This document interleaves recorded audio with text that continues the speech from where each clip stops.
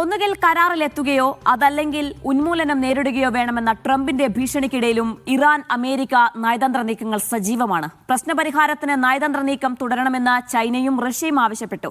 Uranium സമ്പുഷ്ടീകരണം 20 വർഷത്തേക്ക് നിർത്തിവെക്കാൻ തയ്യാറാണെങ്കിൽ അക്കാര്യം പരിഗണിക്കാമെന്ന ട്രംപിന്റെ പ്രസ്താവനയും മധ്യസ്ഥ നീക്കത്തിന് പ്രചോദനമാകും. തിരിച്ചടിക്കാനുള്ള ഇറാന്റെ കഴിവിനെ കുറച്ചു കാണുന്നില്ലെന്നും ട്രംപ് പറഞ്ഞു.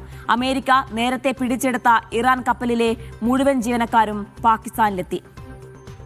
MC നാസർ ചേരുന്നുണ്ട് സമഗ്രമായ വിശദാംശങ്ങൾ നൽകാനായി. നാസർ, ഒന്നുകിൽ ഉന്മൂലനം അല്ലെങ്കിൽ കരാറിലെത്തുക, ഇതാണിപ്പോൾ ഇറാന് നൽകിയിരിക്കുന്ന ട്രംപിന്റെ ഭീഷണി.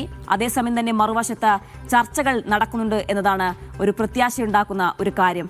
ഏറ്റവും പുതിയ വിവരങ്ങൾ എന്താണ്? രണ്ട് നിലപാടുകളാണ് ട്രംപ് ആവർത്തിച്ചുകൊണ്ടിരിക്കുന്നത്. ഒന്ന്, നേരത്തെയൊക്കെ പറയുന്നത് പോലെ വലിയ തോതിലുള്ള ഭീഷണി, ഏതു സമയം വേണമെങ്കിലും തങ്ങൾക്ക് ആക്രമണം നടത്താൻ സാധിക്കും. 2 ദിവസത്തിനുള്ളിൽ ഇറാനിലെ എല്ലാ വൈദ്യുത നിലയങ്ങളും പാലങ്ങളും തകർക്കാൻ തങ്ങൾക്ക് സാധിക്കും എന്നത് ഉൾപ്പെടെയുള്ള പ്രകോപനപരമായിട്ടുള്ള ഭീഷണികൾ ഒരു ഭാഗത്ത് തുടരുന്നുണ്ട്.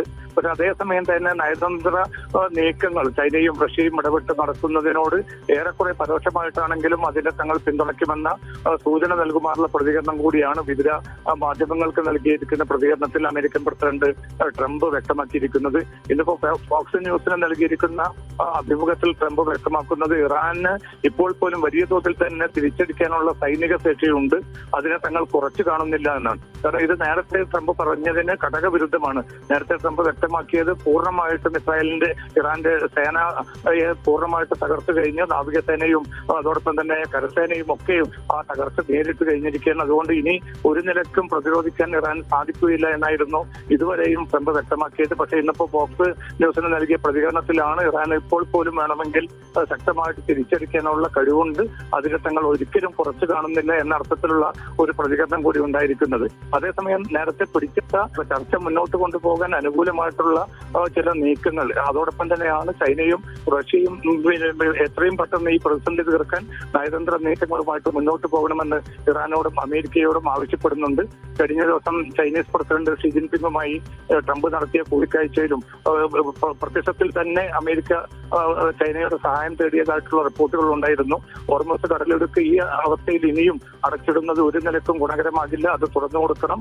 അതോടൊപ്പം തന്നെ പ്രതിസന്ധി തീർക്കാൻ അമേരിക്കയുടെയും ഇസ്രായേലിന്റെയും നേതൃത്വത്തിൽ നടക്കുന്ന ആ പ്രശ്നങ്ങളെ അല്ലെങ്കിൽ അവർ ഈ പ്രതിസന്ധി തീർക്കുന്നതിന് വിരുദ്ധമായിട്ട് ഈ 2 രാജ്യങ്ങളും നടത്തുന്ന പ്രകോപനപരമായിട്ടുള്ള നീക്കങ്ങൾ അവസാനിപ്പിക്കണമെന്നുകൂടി ചൈന ആവശ്യപ്പെട്ടിട്ടുണ്ട്. റഷ്യയും വളരെ ശക്തമായി തന്നെ ഇറാനെ കുറ്റപ്പെടുത്താതെ തന്നെ മേഖലയിൽ അമേരിക്കയും ഇസ്രായേലും നടത്തുന്ന നീക്കങ്ങളാണ് ഈ പ്രതിസന്ധി രൂക്ഷമാക്കിയത്. അതുകൊണ്ട് അവരാണ് വളരെ ശക്തമായിട്ടുള്ള ഒരു പിന്മാറ്റം നടത്തേണ്ടത് എന്ന അർത്ഥത്തിലുള്ള പ്രതികരണമാണ് റഷ്യയുടെ ഭാഗത്തു നിന്ന് വരുന്നത്. എന്തായാലും ഒരു ഭാഗത്ത് നയതന്ത്ര നീക്കങ്ങൾ മുന്നോട്ട് പോകാനുള്ള ഒരു സാഹചര്യമുണ്ട്. പക്ഷെ അതേസമയം തന്നെയാണ് ഞാൻ നേരത്തെ സൂചിപ്പിച്ചതുപോലെ പ്രകോപനപരമായിട്ടുള്ള പ്രതികരണങ്ങളുമായിട്ട് ട്രംപ് രംഗത്തുള്ളതും.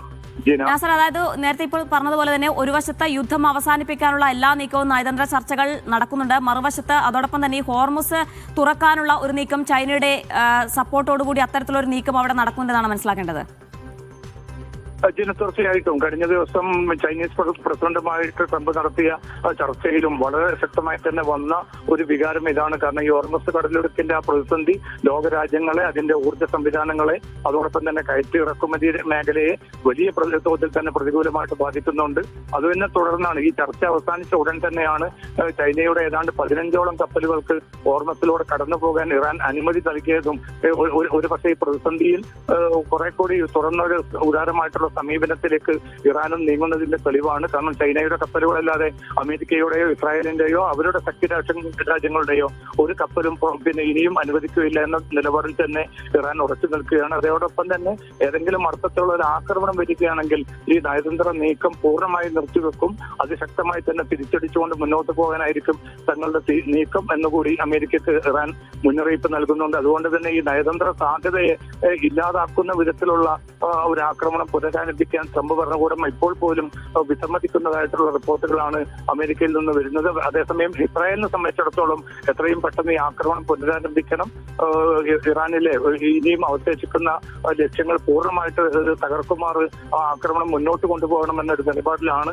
ഇസ്രായേൽ പ്രധാനമന്ത്രി നെതന്യാഹു ഉൾപ്പെടെയുള്ളവർ. പക്ഷേ അമേരിക്കൻ പ്രസിഡന്റ് കാരണം ആഭ്യന്തരമായിട്ടും ആഗോളതലത്തിലും വലിയ സമ്മർദ്ദങ്ങൾ നേരിടുന്നത് കൊണ്ട് തന്നെ ഈ നയതന്ത്ര നീക്കങ്ങൾക്ക് തന്നെ ഊന്നൽ നൽകണം എന്നൊരവസ്ഥയിലേക്കാണ് ട്രംപ് ട്രംപ് ഭരണകൂടം എത്തിച്ചേരുന്നതെന്ന റിപ്പോർട്ടുകൾ കൂടി പുറത്തു വരുന്നുണ്ട്. നാസർ, അതോടൊപ്പം ഈ ചർച്ചയിൽ ഒരു പുരോഗതി ഉണ്ടാകുമോ എന്നുള്ള ഒരു കാര്യം എല്ലാവരും ഉറ്റുനോക്കുന്നുണ്ട്. ഒപ്പം തന്നെ ഗൾഫ് മേഖല വലിയ രീതിയിൽ ആശങ്കയിലുമാണ് ഈ ട്രംപിന്റെ ഭീഷണി ഇങ്ങനെ നിൽക്കുന്ന സാഹചര്യത്തിൽ. അങ്ങനെ ആകുമ്പോൾ ഇപ്പോൾ സൗദിയുടെ ഭാഗത്ത് വന്ന റിപ്പോർട്ട് എന്ന് പറയുന്നത് ആക്രമണരഹിത കരാറിൽ ഇറാനുമായി ഏർപ്പെടാനുള്ള ഒരു നീക്കം സൗദിയുടെ ഭാഗത്തുനിന്നും ഉണ്ടാകുന്നുണ്ടെന്നുള്ള റിപ്പോർട്ടും പുറത്തു വരുന്നുണ്ടല്ലോ.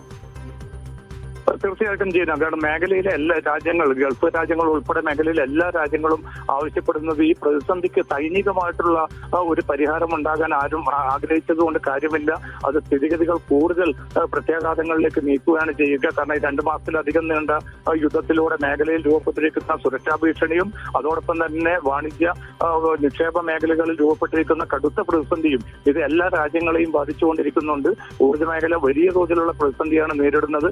അതുകൊണ്ട് ഈ പ്രശ്നം പരിഹരിക്കണമെങ്കിൽ തുറന്ന ചർച്ചകളും നയതന്ത്ര പ്രശ്ന പരിഹാരവും മാത്രമാണ് പരിഹാരം. കാരണം നേരത്തെ ഇപ്പൊ ഇറാൻ അതിശക്തമായിട്ടുള്ള ആക്രമണം നടത്തിയ ഗൾഫ് രാജ്യങ്ങൾ പോലും അതിന്റെ പേരിൽ ഇറാനോടുള്ള പ്രതിഷേധം രേഖപ്പെടുത്തുന്ന അതേ ഘട്ടത്തിൽ തന്നെ ഏതെങ്കിലും അർത്ഥത്തിൽ ഈ പ്രതിസന്ധി പരിഹരിക്കാൻ തങ്ങളുടെ ഭാഗത്തു നിന്നുള്ള എല്ലാ പിന്തുണയും അറിയിച്ചിട്ടുണ്ട്. ഖത്തറും സൗദി അറേബ്യയും ഒമാൻ ഉൾപ്പെടെയുള്ള എല്ലാ രാജ്യങ്ങളും ആ പിന്തുണയാണ് വ്യക്തമാക്കിക്കൊണ്ടിരിക്കുന്നത്. അതുകൊണ്ട് തന്നെ ഈ ഗൾഫ് രാജ്യങ്ങളെ സംബന്ധിച്ചിടത്തോളം ഒരു ആക്രമണമില്ലാത്ത ഒരു കരാറിലേക്ക് വരികയാണെങ്കിൽ തീർച്ചയായിട്ടും അതിനെ സ്വാഗതം ചെയ്യും എന്ന ഒരു സമീപനമാണ് സൗദി അറേബ്യ ഉൾപ്പെടെയുള്ള രാജ്യങ്ങൾ കൈക്കൊള്ളുന്നത്.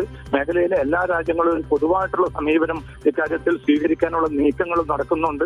പക്ഷെ അത് എത്ര കണ്ട് വിജയിക്കുമെന്നറിയില്ല. കാരണം ചില രാജ്യങ്ങൾക്ക് വളരെ ശക്തമായിട്ടുള്ള പ്രതിഷേധമുണ്ട്. ഇറാൻ നടത്തിക്കൊണ്ടിരിക്കുന്ന ഈ ആക്രമണങ്ങളെ അതേ രീതിയിൽ തന്നെ തിരിച്ചടിക്കണം എന്ന വിലയിരുത്തുന്ന രാജ്യങ്ങളും ഗൾഫ് രാജ്യങ്ങളിൽ തന്നെയുണ്ട്. പക്ഷെ ഒരു ഏകീകൃതമായിട്ടുള്ള തീരുമാനം കൊണ്ടുവരികയും പരമാവധി ഈ പ്രതിസന്ധി പരിഹരിക്കാനും സംഘർഷം ഒഴിവാക്കാനുമുള്ള ഒരു നീക്കത്തിലാണ് ഈ മേഖലയിലെ എല്ലാ രാജ്യങ്ങളും ഇപ്പോൾ ഏർപ്പെട്ടിരിക്കുന്നത്. ശരി, ഏതായാലും ഇറാൻ അമേരിക്ക നയതന്ത്ര നീക്കം സജീവമായി തുടരുകയാണ്. ഈ നീക്കം തുടരണമെന്നാണ് റഷ്യയും ചൈനയും ആവശ്യപ്പെടുന്നത്. അതേസമയം തന്നെ ട്രംപിന്റെ ഭീഷണി ഒരു വശത്ത് നിൽക്കുന്നുമുണ്ട്. MC നാസറാണ് വിശദാംശങ്ങൾ നൽകിയത്.